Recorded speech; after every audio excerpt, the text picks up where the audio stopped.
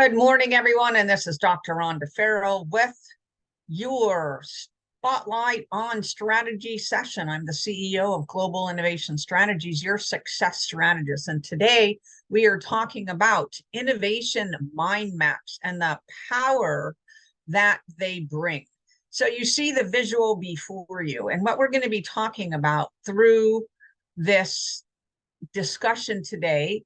It's rooted in idea scale mind map elements. You can search online for Google for mind map and idea scale and get the full-blown discussion on this. But for this particular spotlight on strategy, what we want to examine is what is the nexus between mind mapping and innovation, and how can you leverage it for yourself, your teams, and your organizations. So first and foremost, if we think about a mind map, it's really helping us to create visual association. So we look at the process behind mind mapping, we look at what it can do for us culturally and teaming, and then we look at it from an outcome and a result standpoint. What can it enable us to achieve within our organizations? And so when we take this mind map and we apply it to the innovation space,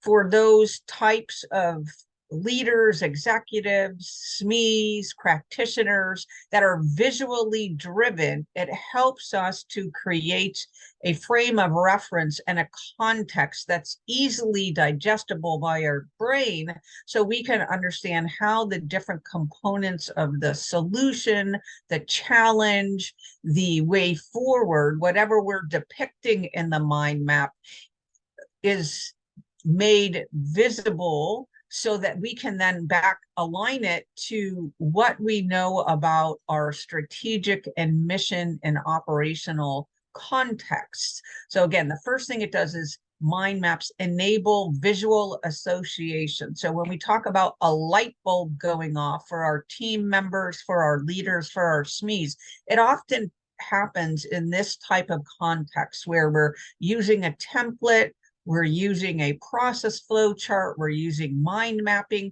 to help bring a concept to light so that other people can better understand that perspective, that approach, etc.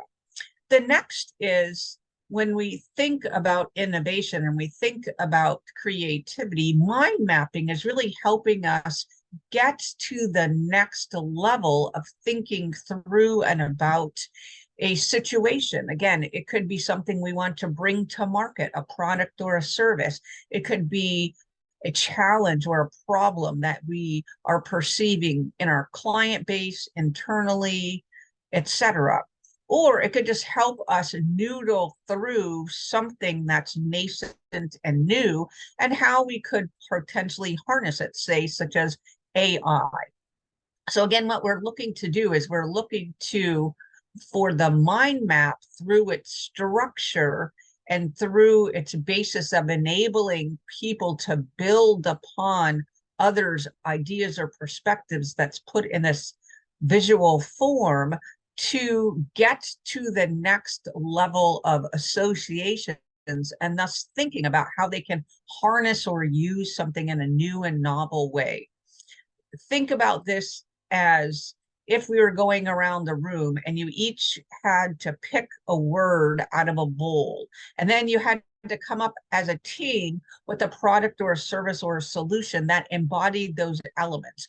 It's kind of what we're doing with this tiered thinking. We're starting with one element. We're creating branches and relationships with other elements so that we can flesh that part of the concept up. Then someone will come to the table with, not only do we have element A and B and C, in my experience and in my usage with maybe similar technologies or an organizational development initiative, or some type of process improvement, or some type of quality, or even cybersecurity related discussion that we're having, they'll say, we can add elements X and Y and Z, and now we can interrelate them because we have this new construct to work from. So again, visually helps us depict the elements, then moves to broader tiered thinking. We can move from A to Z much easier if we use this structural visual mechanism to shape what the sub elements and what are ultimately what our context or shared understanding is. And then we move to the place of it being naturally understandable for your brain. So a person coming into a room can just look at a mind map and say, core concept in the middle, elements on the left and right, up and down axes. I not only can see the main elements, I can see the sub elements, and to the visual in the middle of the graphic we're talking about, I also, if we've designed the exercise to do that, can understand the why and the who and the when and a little bit more about how the what's going to be fleshed out. So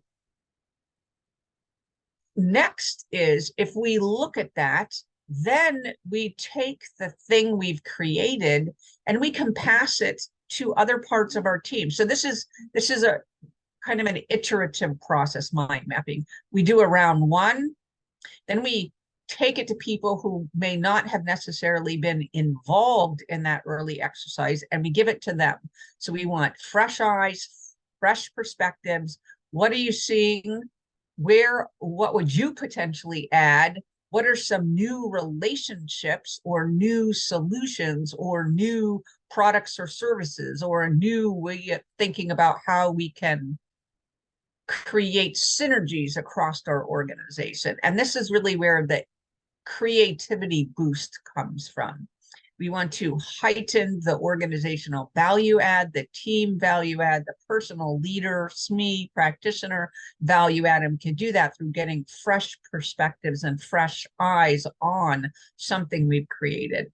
Then when we've done that round one, round two, then we bring it back for perhaps a round three. We may bring it back in mind map form, or we may bring it back in some type of solidified product, solution, organizational construct, process flow way for a round three. Why? Because we want to make sure that we're not tiring the brain from the exercises that we did in the past, and that we're giving them a new way to visualize the information that they've told us before. And it requires them to re-examine the thoughts and perspectives that they offered in round one. And so round three is typically the synergistic type of thing where the original participants are able to look at their work through fresh eyes and perhaps through fresh utilizations or uses of that information that the round two people offer.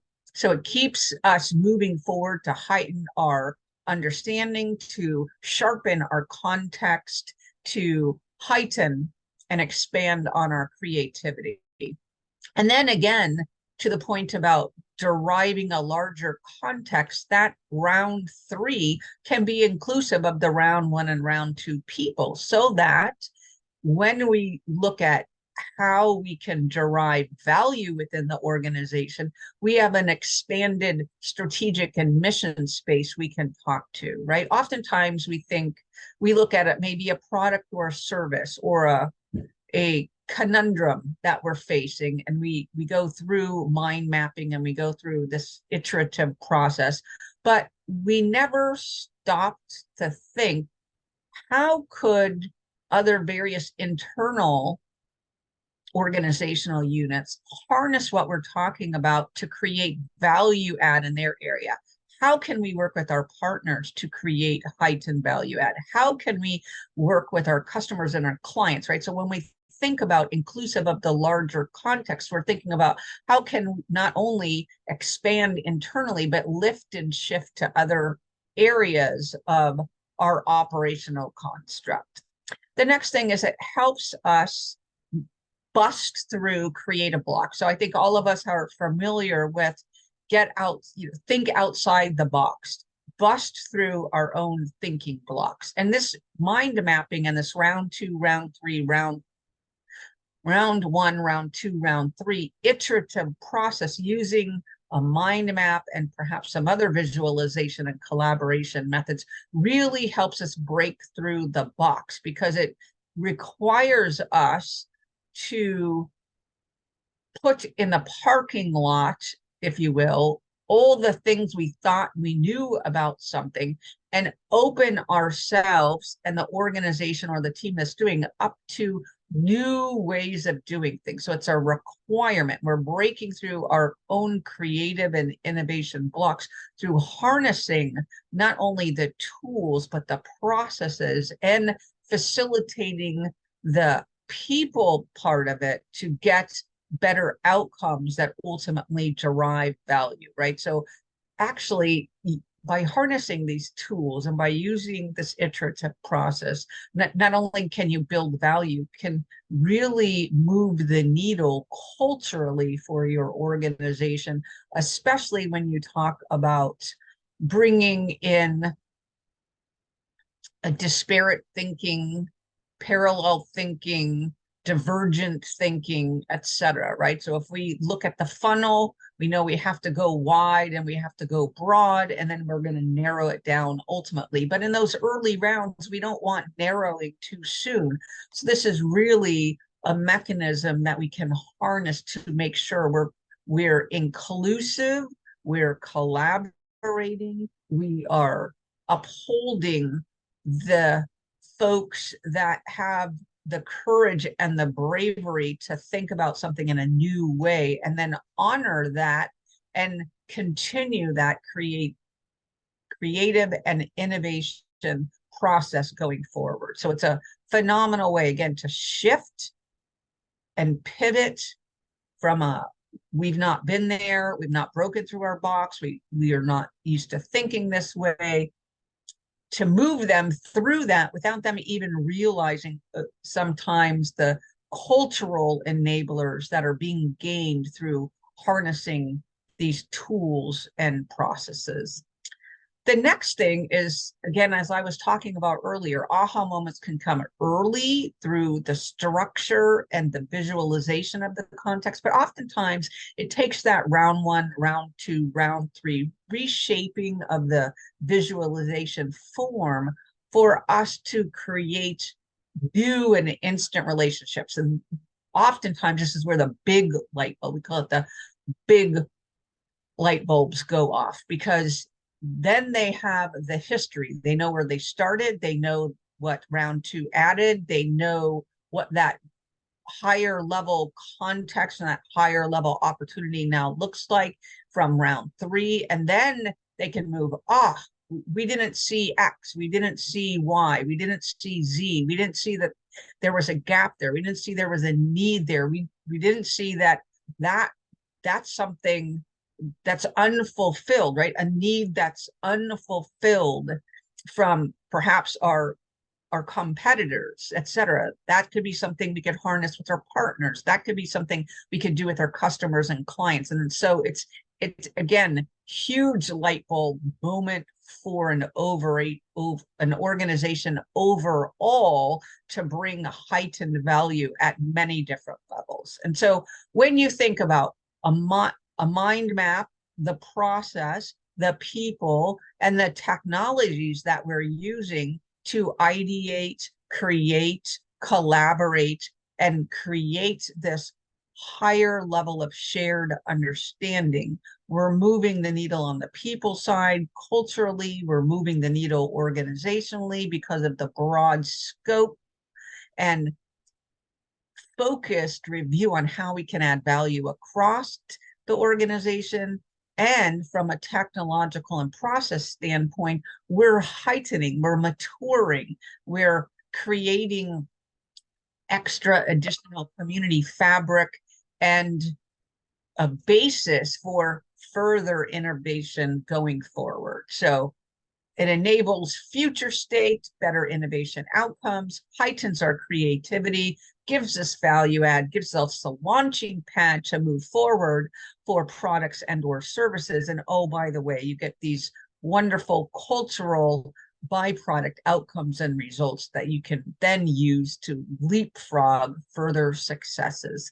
So again, I hope this session on innovation mind mapping has served you. Again, Google idea scale and innovation mind mapping. You'll find the blog that this was based on, but we wish you an innovation filled and fueled day. Again, this is Dr. Rhonda, the CEO of Global Innovation Strategies, the Success Strategies, signing off on our Spotlight on Strategy tool utilization session today. And for all our veterans out there, happy Veterans Day.